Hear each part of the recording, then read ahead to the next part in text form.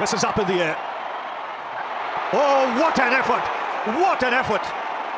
That is one of the best catches you'd see. Shreyas Iyer, how's that for presence of mind? Sarpanch साहब ने जो catch पकड़वाई है ना, almost Hardik Pandya ने छक्का मार दिया था, बाटलेट खड़ा हुआ था, भाई साहब बाउंड्री के बिल्कुल अंदर गए, हवा में उड़ते हुए श्रेयस अय्यर और बॉल फेंकी अंदर और कैच पकड़ लिया बाटलेट ने।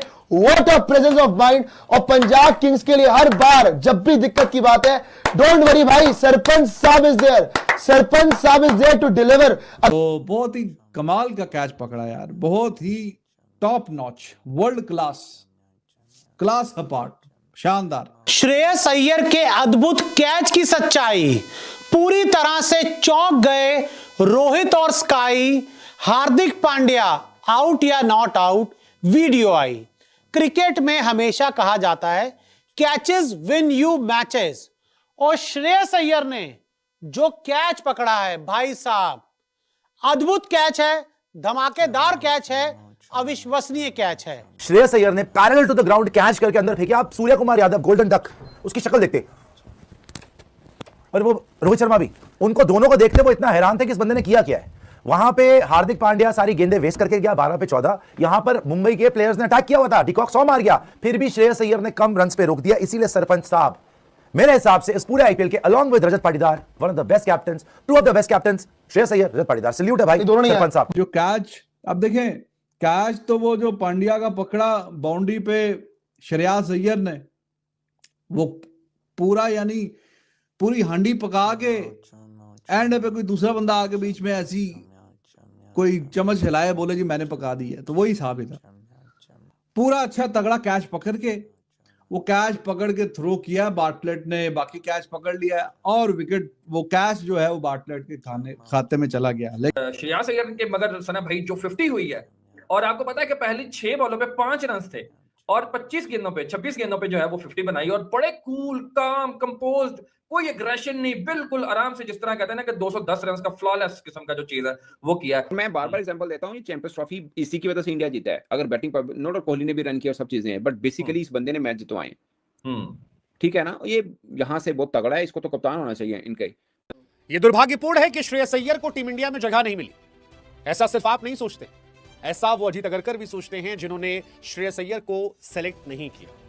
उन अय्यर को जिन्हें आप सरपंच कहते हैं, उन अय्यर को जिन्हें आप इंडिया का मिडिल ऑर्डर का ऑल फॉर्मेट बेस्ट प्लेयर कह सकते हैं, वो जो अपने करियर की पीक फॉर्म में थे, 171+ स्ट्राइक रेट, जिसने आईपीएल में 49 छक्के मार दिए थे, वो सरपंच साहब जो शायद पीआर के मामले में थोड़े पीछे पड़ जा रहे हैं, या किस्मत साथ ही नहीं रही। दिल्ली को फाइनल पहुंचाया, क्रेडिट नहीं मिला, केकेआर को जिताया, क्रेडिट नहीं मिला, पंजाब में क्रेडिट मिला, लेकिन टीम इंडिया में जगह नहीं मिली। ना जगह मिली इंग्लैंड सीरीज में, टेस्ट में, ना जगह मिली एशिया कप के लिए, और फिलहाल वो बाहर बैठे। Now let's talk about this young kid, Iyer, man. This is the next generation of Indian cricket, and they're already looking so deadly.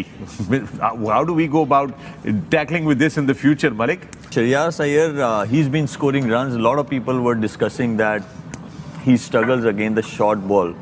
Now, I've seen his press conference where he said कि आप लोग ऐसे ही वो बना देते हो, but he showed, and even when he was giving an interview, उसमें भी you could see the confidence being a youngster, और जिस बैटिंग लाइनअप में रोहित हो, शुभमन गिल हो, विराट हो, केएल राहुल हो, और उसमें आके आप अपने आप को मनमाएं। That's what we talk about when you invest in someone as a batter, you got to invest him for a long run, and now they are उसको advantage मिल रहा है।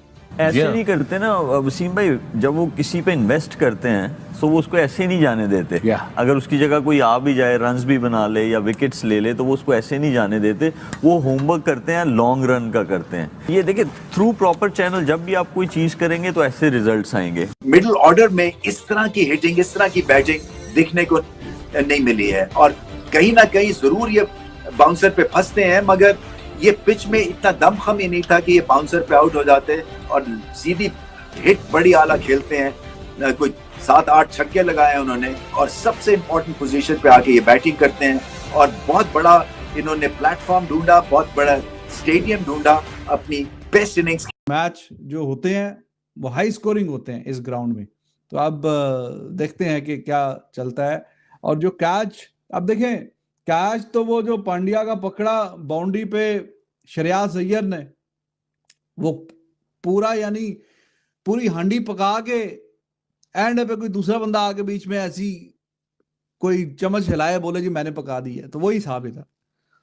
पूरा अच्छा तगड़ा कैच पकड़ के वो कैच पकड़ के थ्रो किया बार्टलेट ने, बाकी कैच पकड़ लिया और विकेट, वो कैच जो है वो बार्टलेट के खाते में चला गया। लेकिन श्रेयस अय्यर डगआउट में बैठा हुआ था रोहित शर्मा, रोहित शर्मा के एक्सप्रेशंस के यार ये इसने कैसे पकड़ा है, क्या किया इसने। तो बहुत ही कमाल का कैच पकड़ा यार, बहुत ही top notch, world class apart, शानदार।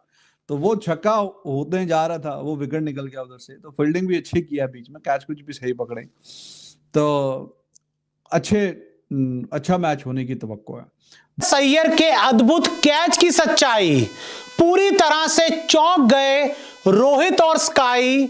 हार्दिक पांड्या आउट या not out, video I. Cricket में हमेशा कहा जाता है कैचेस विन यू मैचेस, और श्रेयस अय्यर ने जो कैच पकड़ा है भाई साहब, अद्भुत कैच है, धमाकेदार कैच है, अविश्वसनीय कैच है। लेकिन आईसीसी के नियमों के हिसाब से क्या हार्दिक पांड्या आउट है या नॉट आउट, आपको आगे बताते हैं। तो देखिए, हार्दिक पांड्या पंजाब किंग्स के खिलाफ एक जोरदार शॉट खेलते हैं और गेंद जाती है मिड ऑन की तरफ खड़े हुए पंजाब किंग्स के कप्तान श्रेयस अय्यर की तरफ। ये आपको मुंबई इंडियंस का डगआउट नजर आ रहा है, ये आपको श्रेयस अय्यर नजर आ रहे हैं एकदम बाउंड्री के पास। यानी कि जैसे एकदम ये सोच लीजिए ये बाउंड्री है और यहां पे मैं खड़ा हूं, मतलब ये बाउंड्री मान लीजिए आप,